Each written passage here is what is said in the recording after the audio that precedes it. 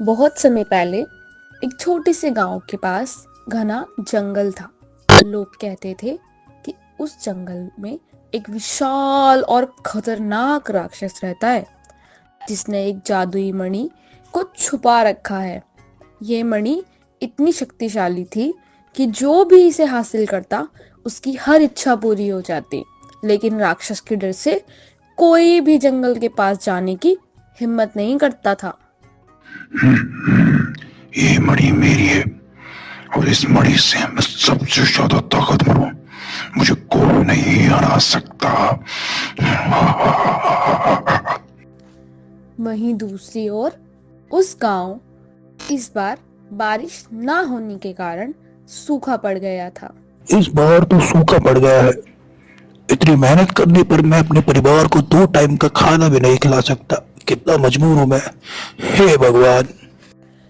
उसने अपने बच्चों को भूखा सोते देख और उसकी आंखों में आंसू आ गए और वो हारा हुआ घर पर बैठा। और फिर अगले दिन सभी गांव के लोग एक साथ एक पेड़ के नीचे इकट्ठे होते हैं। क्या करे अरुण भाई, लगता है इस बार इंद्रदेव खुश नहीं है। पूरा गांव सूखा पड़ गया। सही कहा तुमने मिर्ची, सभी कुएं तालाब सब सूख गए। पता नहीं ये मुसीबत कैसे खत्म होगी।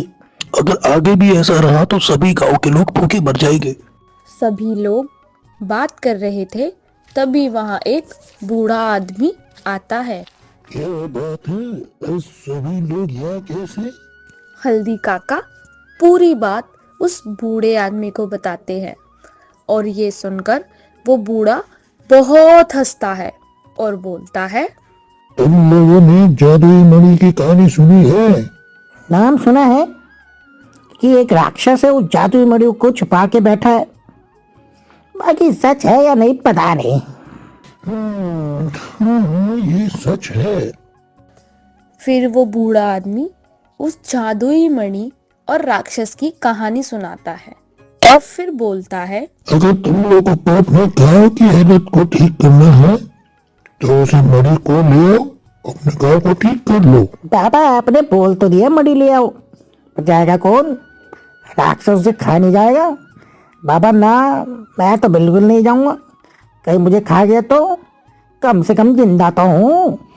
एक एक करके सभी अपने हाथ खड़े कर लेते हैं और तभी अरुण सोचता है और बोलता है, मैं जाऊंगा वहां पर। यहाँ भी अगर ऐसा रहा तो भी भूखा मरना पड़ेगा। इससे अच्छा मैं एक कोशिश करूँ जिससे पूरे गांव में पहले जैसा हरा भरा हो सके। ये ना बात बेटा, जाने से पहले तुम ये तलवार ले जाओ, तुम्हारे काम है ये।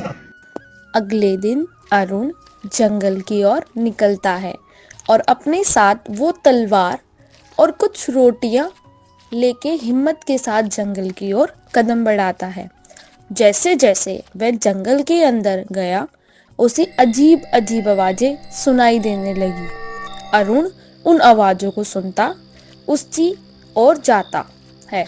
वह देखता है कि एक पेड़ पर कुछ आदमी लटके हुए हैं और उन्हीं में से एक आदमी अरुण से, भाग जा यहाँ से, नहीं तो तू उस राक्षस के हाथों मारा जाएगा। नहीं, मैं वो जादुई मणि के बिना नहीं जाऊंगा। अच्छा ठीक है, अगर तुम ये नीचे पड़े पत्थर को अपनी तलवार से एक वार में 2 हिस्सों में कर दो तो तुम उस राक्षस को हराने के काबिल हो। अरुण बाबा की तलवार निकालता है और वो तलवार से एक रोशनी निकलती है। वो सीधा उस पत्थर पर लगती है और पत्थर को वो 2 हिस्सों में कर देती है। ये देखकर वो लटका हुआ आदमी अरुण को आगे का रास्ता बताता है और अरुण आगे बढ़ता है। आगे चलते चलते उसे एक पिशाचनी मिलती है और बोलती है, कहाँ जा रहा है रे आदमी, मुझसे बचकर। कौन? मैं यहाँ वास करने वाली पिशाचिनी हूँ। मैं जादुई मणि की खोज में निकला हूँ। चला जा यहाँ से, नहीं तो मणि के चक्कर में तू उस राक्षस के हाथों मारा जाएगा। नहीं, मैं वो जादुई मणि लिए बिना नहीं जाऊंगा। अच्छा ठीक है, पर मेरे कुछ सवालों का जवाब दो, तभी तू आगे जा पाएगा। हाँ पूछो। पुष्पा 3 का बम ब्लास्ट वाला विलन कौन है? क्या? मजाक था भाई, मजाक। तो मेरा सवाल ये है, सबसे बड़ा खजाना क्या है? ईमानदारी और मेहनत। पिशाचुनी जवाब सुनकर खुश हो जाती है। अरुण को आगे का रास्ता दिखाती है। जंगल के अंत में अरुण एक विशाल गुफा में पहुंचा। गुफा के अंदर एक खतरनाक राक्षस बैठा हुआ था, जिसकी आंखें अंगारों की तरह चमक रही थी। उसके पास एक चमचमाती जादुई मणि रखी थी। राक्षस ने गरजते हुए कहा,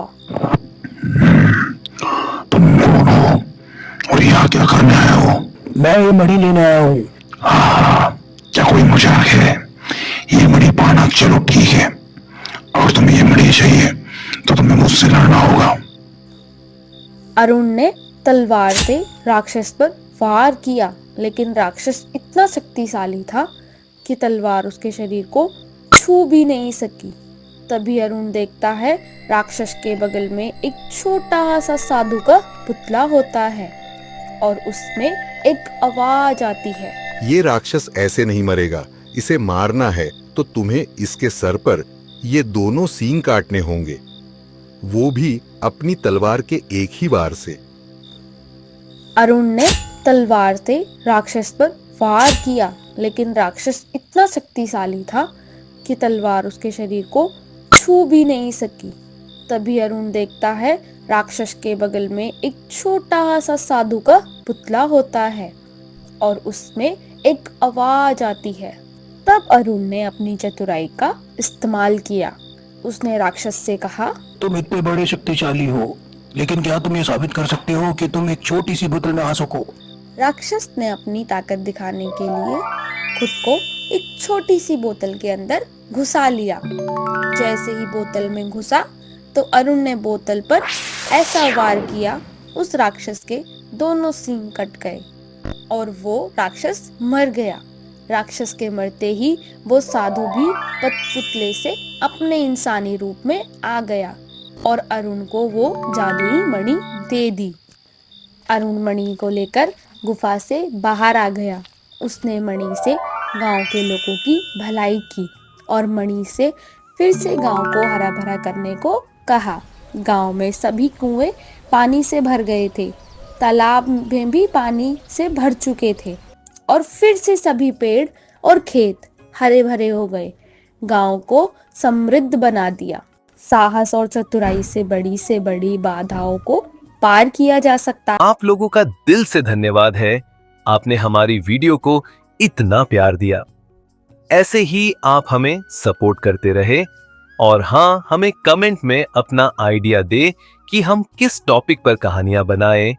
आपका एक बार फिर से धन्यवाद। लाइक, कमेंट एंड सब्सक्राइब करें।